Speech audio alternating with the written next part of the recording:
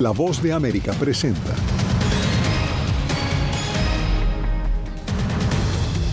Estados Unidos y Rusia acuerdan restablecer relaciones diplomáticas en medio de acercamientos sobre paz en Ucrania.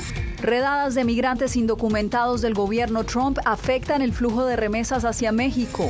Una jueza evalúa la legalidad del Departamento de Eficiencia Gubernamental encabezado por Elon Musk. Y Hamas anuncia nueva ronda de liberación de rehenes.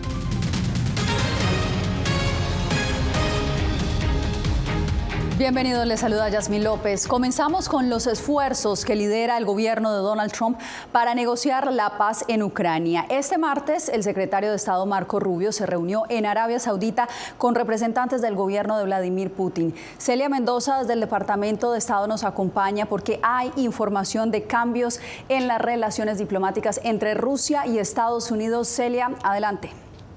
Yasmín, el secretario de Estado de los Estados Unidos, Marco Rubio, aseguró que para poder avanzar en estas negociaciones que eventualmente puedan llevar a la paz en Ucrania, hay que restablecer las relaciones diplomáticas entre los Estados Unidos y Rusia, asegurando que este es un primer paso para lograr este objetivo y han delineado un plan de 4 puntos mediante el cual se podría no solamente iniciar este acercamiento, pero mantener a largo plazo. Estados Unidos y Rusia dan el primer paso para restablecer relaciones diplomáticas tras la reunión de las delegaciones lideradas por el secretario de Estado Marco Rubio y el canciller ruso Sergei Lavrov en Riad, Arabia Saudita, en el marco de las negociaciones para buscar el fin de la guerra en Ucrania. El presidente Trump está dispuesto a poner fin a este conflicto y, como dijo durante su campaña presidencial, quiere que esto termine de una manera justa, sostenible y duradera y que no conduzca a otro conflicto en 2 o 3 años. Eso no será fácil de lograr, pero él es el único en el mundo que puede iniciar ese proceso. Según Rubio, se han establecido 4 principios básicos: restaurar relaciones diplomáticas, avanzar en las negociaciones para terminar la guerra en Ucrania, explorar colaboración económica y mantener comunicación bilateral.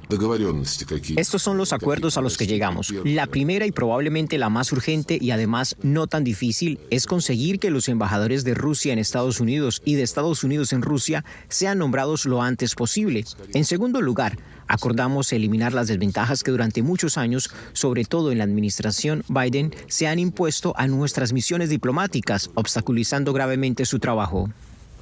A pesar de que el foco de este encuentro es la negociación de la guerra en Ucrania, el gobierno de Volodymyr Zelensky ni la Unión Europea tuvieron representación. El presidente ucraniano visitará Arabia Saudita el 10 de marzo.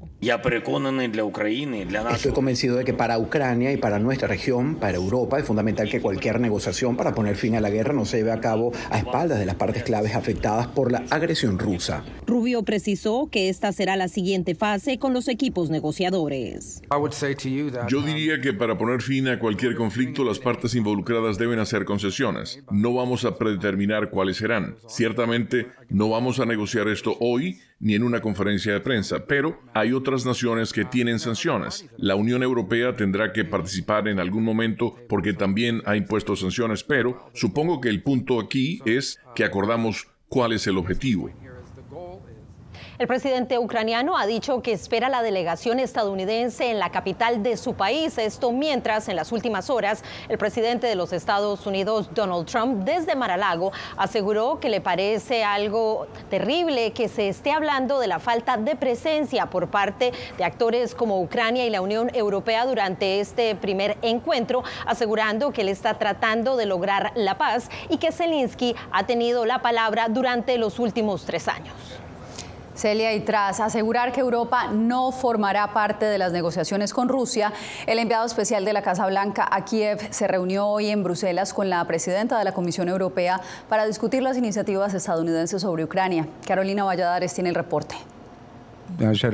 Dije que soy de la escuela del realismo. Creo que eso no va a suceder. Pero dije, esa es una de las razones por las que estoy aquí hablando con la gente. Tras anunciar que Europa no debería formar parte de las negociaciones de paz en Ucrania, Keith Kellogg, el enviado especial de Estados Unidos para Kiev y Moscú, y la presidenta de la Comisión Europea, Ursula von der Leyen, se reunieron en Bruselas para acercar posturas después de que la parte europea expresara su discrepancia.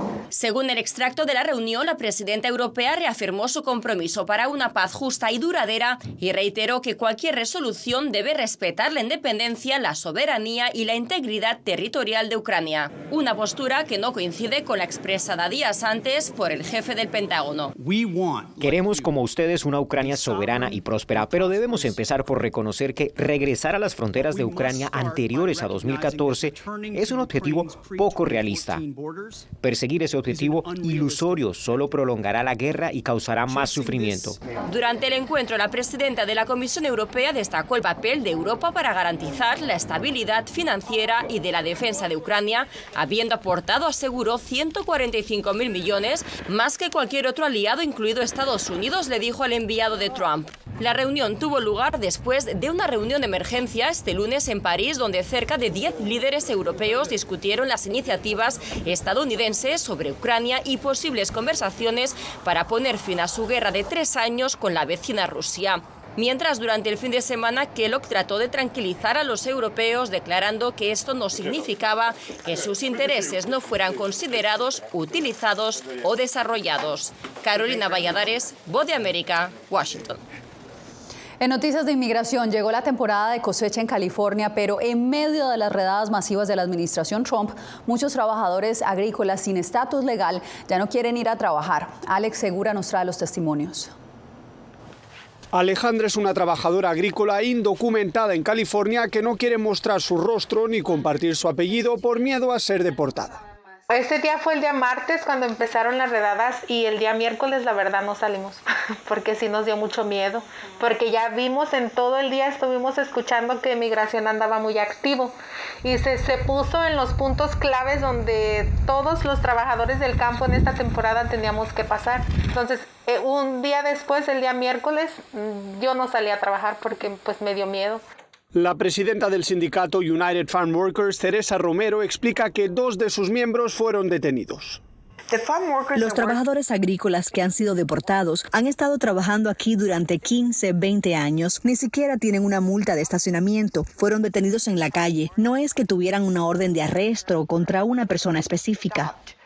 Mientras la administración de Donald Trump asegura que estas primeras redadas de migrantes se centrarán en sospechosos de delitos, el zar de la frontera, Tom Homan, asegura que esto es solo el comienzo.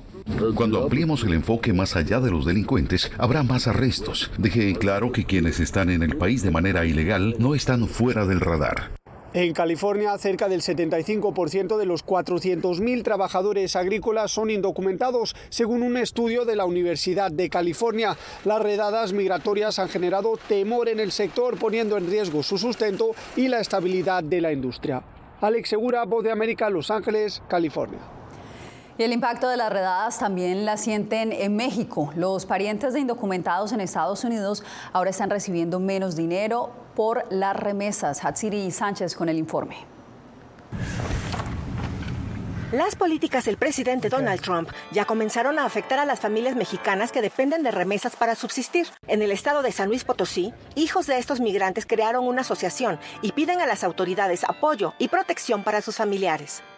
Sofía Concepción Rodríguez pertenece a la asociación Hijas e Hijos de Migrantes en Estados Unidos y su padre es un migrante mexicano que desde hace 15 años vive en Dallas, Texas. La asociación agrupa a hijos de 32 migrantes indocumentados. El trabajo disminuye para ellos porque pues ahorita mucha población está con la preocupación de las redadas y eso disminuye los ingresos de las familias. Diego Flores forma parte de la misma asociación y comparte el temor por la seguridad de sus parientes en Estados Unidos. Inclusive en sus casas están con miedo a las redadas porque hay muchos rumores de que llegan a las casas e inclusive irrumpen en ellas.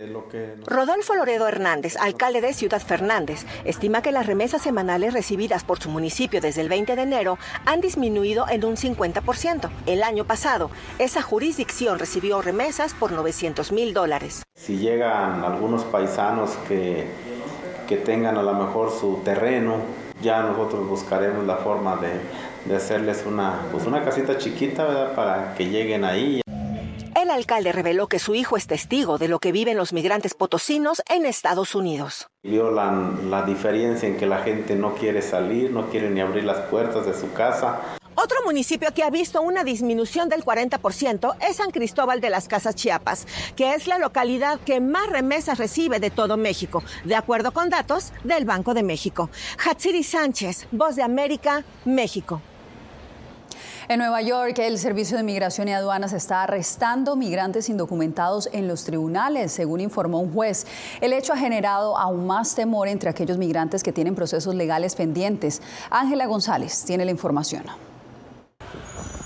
Las políticas santuario vigentes en Nueva York, en teoría, protegen a los migrantes indocumentados de ser arrestados por el Servicio de Inmigración y Aduanas en un tribunal. Sin embargo, en una audiencia pública en Albany, el juez Joseph Zayas dijo sin dar una cifra específica que migrantes están siendo arrestados en los tribunales de forma moderada. Esa es puede que sea una posición estatal o local, pero realmente todo lo que tiene que ver con la ley federal es autónomo. Un memorando del 27 de enero del Departamento de Justicia canceló las políticas de 2021 del gobierno de Joe Biden que limitaban los arrestos de indocumentados en los tribunales. Y ahora los agentes migratorios tienen la discreción de realizar arrestos donde lo consideren.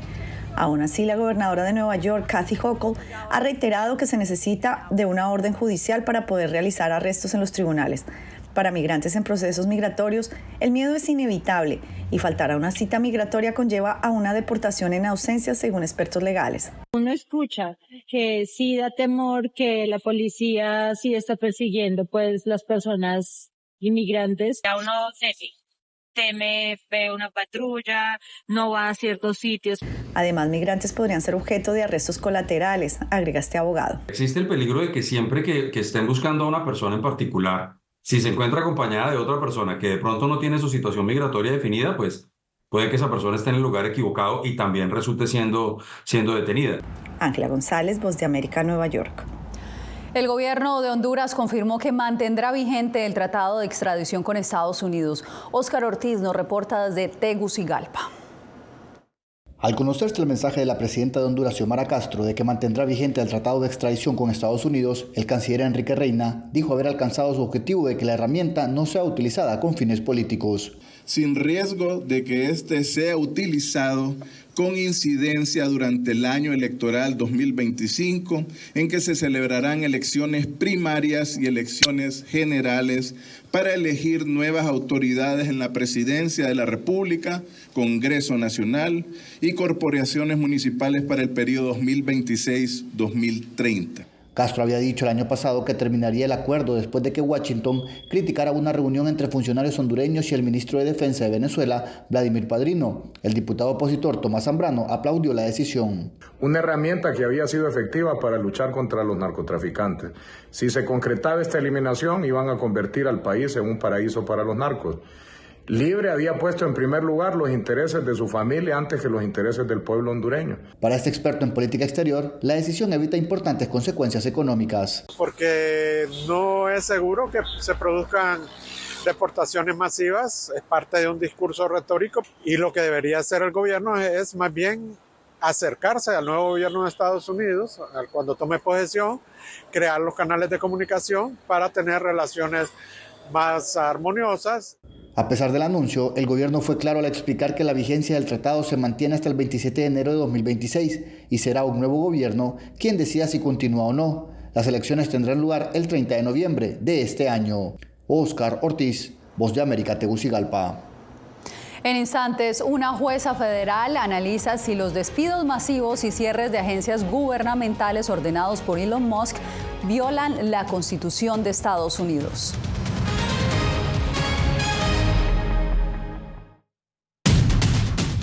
Esta semana en Foro se intensifican las tensiones comerciales y geopolíticas entre Estados Unidos y China. Panamá se encuentra en una posición muy difícil. Depende mucho en la inversión china y también en el comercio. ¿Ves innovación en la inteligencia artificial de China? Todavía no hay algo que nos diga, wow, o sea, traen algo muy diferente a lo que se ha venido haciendo en Estados Unidos.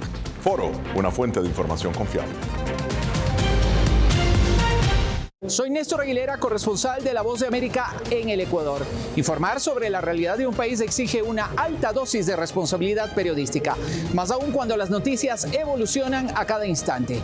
Aquí en La Voz de América encuentras noticias veraces, precisas y balanceadas, valores profesionales que me motivan a trabajar día a día para informarte de manera profunda sobre los temas que más impactan tu vida diaria. Porque en La Voz de América, la prensa libre importa. Uno de los mayores centros de producción global de opio está experimentando profundos cambios a medida que los talibanes intensifican su lucha contra la industria de la droga.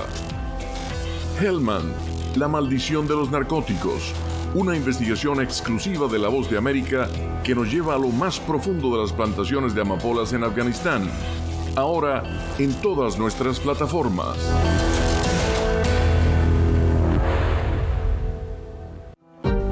Hola, soy Oscar Ortiz Barahona, corresponsal La Voz de América. Ser La Voz de América desde Honduras me permite conectarme con todos ustedes, nuestras audiencias en todos los países del continente, ofreciendo información veraz sobre los temas que más te impactan. Honduras y los Estados Unidos han ejercido labores humanitarias. Más de 40 viviendas. Desde perspectivas humanas y con base en hechos, te informamos para que seas tú quien formes tu propia opinión, porque La Voz de América, la prensa libre, importa.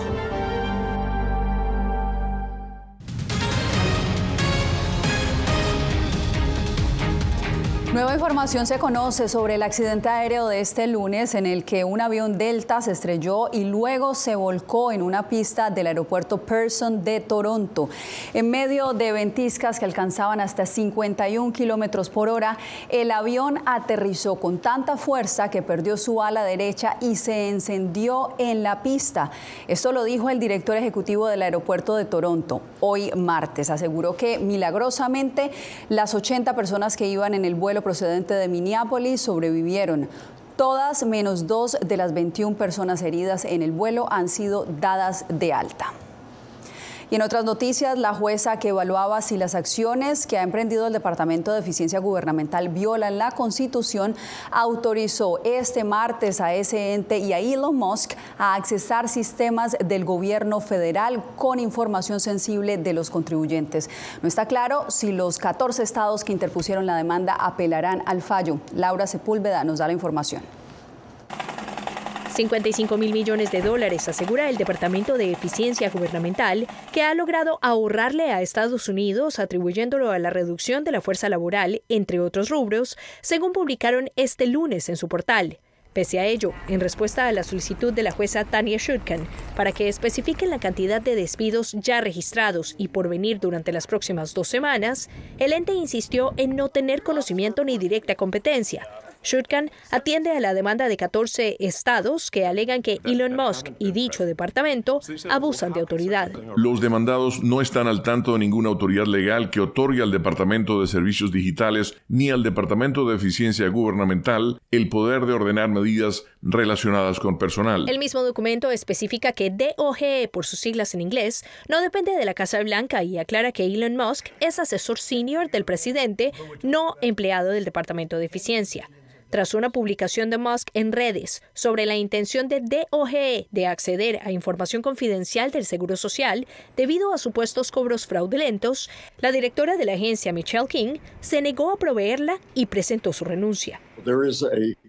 Existe una ley federal de privacidad. Hay una serie de leyes que tratan con el Código Tributario que se supone protege la información de los contribuyentes porque es tan sensible que podría ser potencialmente perjudicial en las manos equivocadas. Entre tanto, la administración aguarda que la Corte Suprema le autorice despedir a funcionarios confirmados por el Congreso, como al jefe de la agencia que protege denunciantes de irregularidades. Laura Sepúlveda, Voz de América. En Gaza, luego de que el primer ministro de Israel autorizara el ingreso de asistencia humanitaria al enclave, el grupo militante Hamás anunció que realizará nuevas liberaciones de rehenes y entregará varios cuerpos. José Pernalete tiene el reporte. Posible avance en crisis de Medio Oriente. Hamás ha dicho que en los próximos días entregará cadáveres y liberará rehenes de personas que fueron retenidas en Gaza antes del inicio de la guerra. Un primer paso para un acuerdo de cese al fuego. Confirmamos que el movimiento y la resistencia están listos para participar de inmediato en las negociaciones para la segunda fase, que es el alto el fuego completo, y para lograr una calma sostenible y la retirada completa de las fuerzas de ocupación de la Franja de Gaza, y para lograr la segunda fase del acuerdo de intercambio de rehenes de una vez. Por su parte, Israel ha dicho que hay disposición para las negociaciones sobre la segunda fase del acuerdo de rehenes y proceder a la liberación de todos los capturados. Con respecto al Líbano, como parte del acuerdo de alto el fuego en el norte, las fuerzas de defensa de Israel completarán la retirada del Líbano hoy. Permaneceremos temporalmente en 5 puntos estratégicos importantes necesarios para nuestra seguridad. Estamos completando la retirada a pesar de las violaciones del acuerdo. Qatar expresó optimismo sobre estas negociaciones. Todo el proceso que estamos llevando a cabo ahora es lo que es posible y esa es la realidad. Pero obviamente, si dependiera de nosotros, veríamos el fin de esta guerra de inmediato. No hay necesidad de que continúen las matanzas sin sentido. El gobierno de Israel exige una desmilitarización completa de la franja. José Perralete, Voz de América.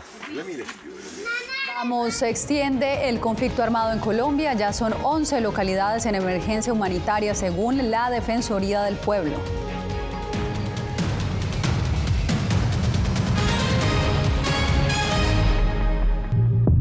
Es la semana de los enamorados y a la par de las flores y chocolates también se vende esperanza. Para aquellos que han sufrido una ruptura, el mercado está lleno de servicios que prometen sanar un corazón roto. De esto hablaremos en el show. Las plantas del desierto también tiene quien vele por ellas en un centro especializado en Arizona. Y un artista diseñó una manera de educar a la IA. ¿Quieres saber cómo hacerlo? Ve a Visión 360 de La Voz de América.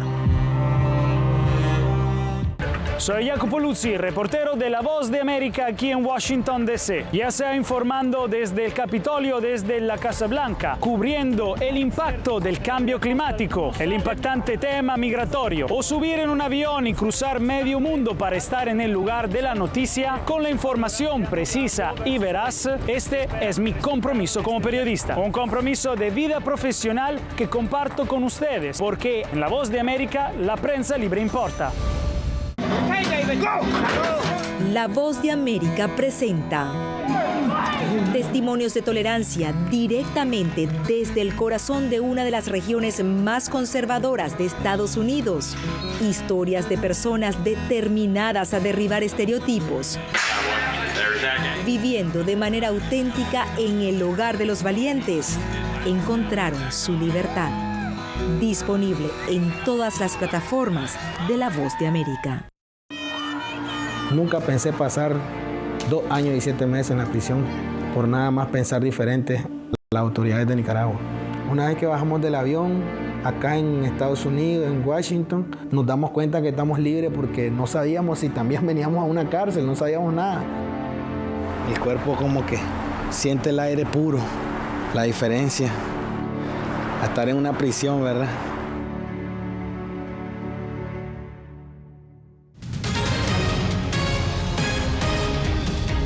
El Papa Francisco fue diagnosticado con una neumonía bilateral. Según informó el Vaticano este martes, su infección respiratoria sigue presentando un cuadro complejo.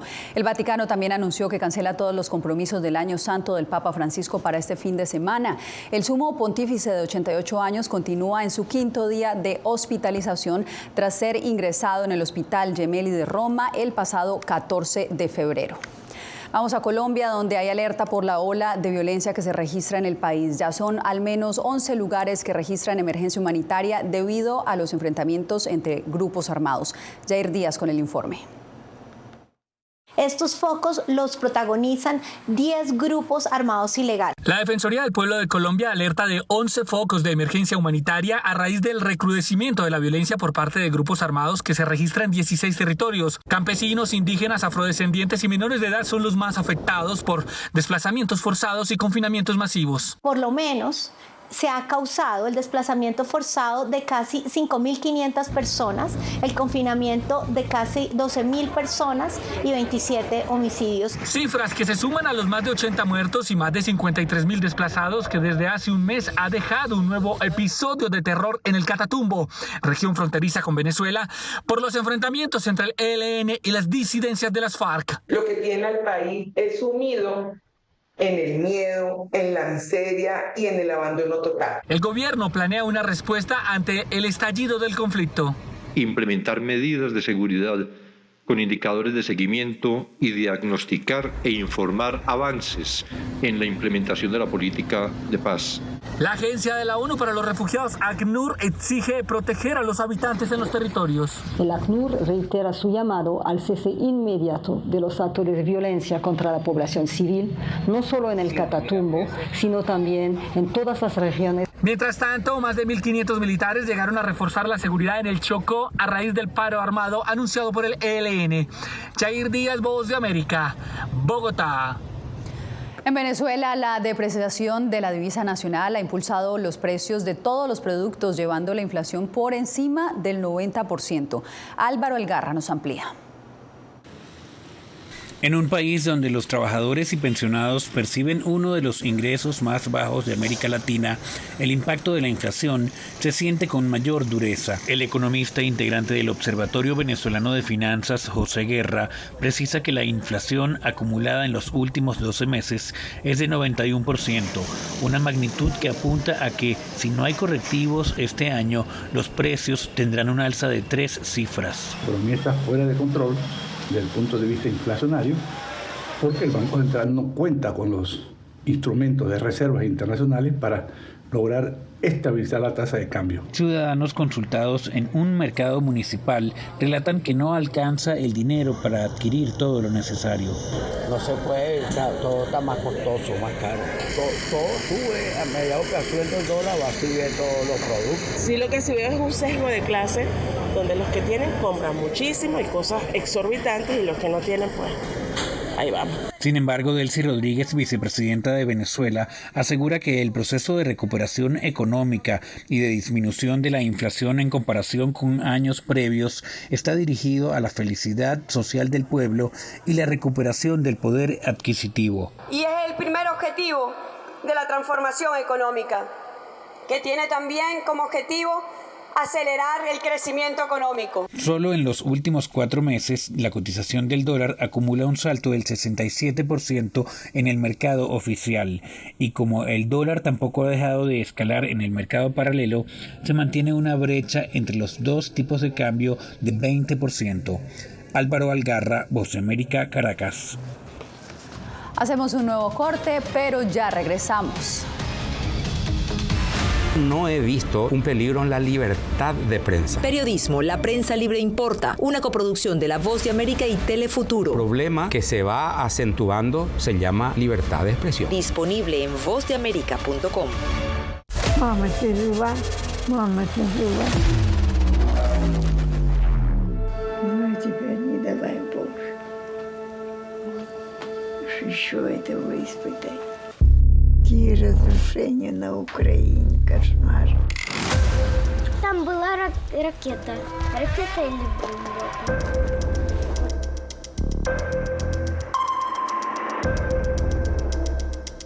Я сподіваюся, що якщо через декілька років буде дивитися, війна все ж таки закінчиться. Перестали бомбити. Ми свою молодість не повернемо. Предположим, непредсказатель.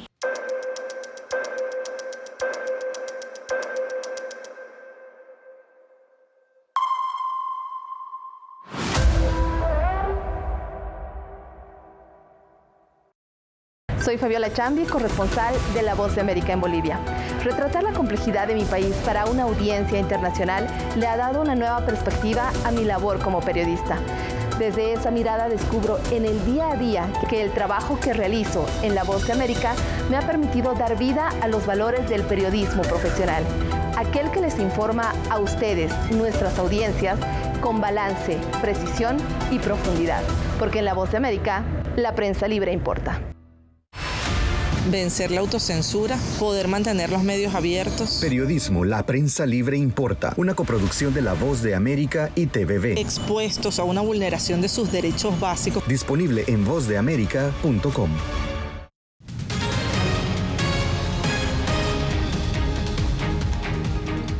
Una explosión de color y cultura china viven por estos días en Santiago de Chile. Y todo gracias al espectacular Festival de Linternas Tianfu. En este evento, considerado el mayor de su tipo fuera de China, se ven impresionantes estructuras luminosas, presentaciones artísticas y una deliciosa variedad gastronómica típica del país asiático. Para muchos es una oportunidad única de conectar con una de las culturas más antiguas del mundo y disfrutar del intercambio cultural entre Oriente y Occidente. De esta manera nos despedimos hoy en El Mundo al Día. Los dejamos con estas imágenes.